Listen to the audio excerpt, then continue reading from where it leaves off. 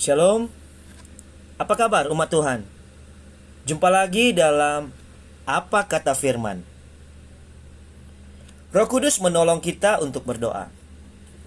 Firman Tuhan berkata, demikian jugalah Roh membantu kita dalam kelemahan kita.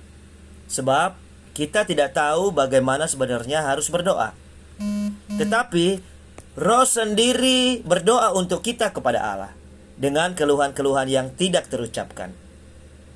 Dan Allah menyelidiki hati nurani, mengetahui maksud Roh itu, yaitu bahwa ia sesuai dengan kehendak Allah berdoa untuk orang-orang kudus. Firman Tuhan dalam Roma 8 ayat 26 sampai 27. Kadang-kadang terjadi bahwa seorang anak Tuhan menjadi begitu putus asa sehingga ia mulai berhenti berdoa. Dia berkata, doa tidak menolong, Tuhan tidak mendengarkan saya. Untuk apa saya melanjutkan doa? Nah, ayat-ayat Alkitab tersebut di atas sangatlah penting bagi orang-orang yang demikian. Roh Kudus melakukan dua hal utama saat kita berdoa. Yang pertama, Roh Kudus mengajarkan kita untuk berdoa. Roh Kudus meletakkan doa yang benar di dalam hati kita. Maka berdoa merupakan pekerjaan Roh Kudus dan bukan pekerjaan kita. Tuhan sendiri melalui Roh-Nya menaruh doa yang benar di dalam hati kita, dan kita kemudian dapat menempatkan doa itu di dalam tahta anugerah Tuhan. Sebuah doa ditempatkan oleh Tuhan di dalam hati kita akan selalu dijawab. Roh Kudus tidak hanya mengajarkan kita berdoa, tetapi menolong kita berdoa. Poin kedua, Roh Kudus adalah penolong dalam berdoa. Roh Kudus berdoa dalam kita dan untuk kita.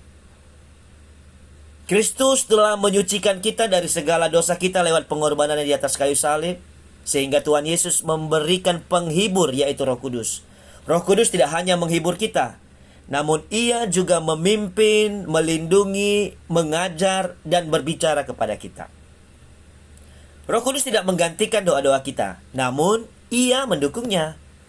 Kita harus mengizinkan Roh Kudus untuk berdoa melalui kita. Tuhan tidak membebaskan kita dari tugas berdoa, namun ia ingin menolong kita melalui Roh Kudus-Nya. Untuk itu kita harus terlebih dahulu mencarinya, maka kita akan menemukannya. Kita harus mengetuk terlebih dahulu, maka pintu akan dibukakan. Kita harus berdoa terlebih dahulu, maka kita akan menerimanya. So, umat Tuhan, jangan pernah ragu dalam tuntunan Roh Kudus yang selalu menyertai kehidupan kita.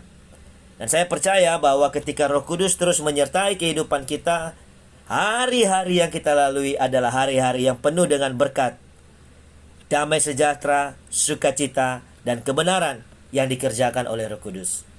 Tuhan Yesus memberkati. Shalom.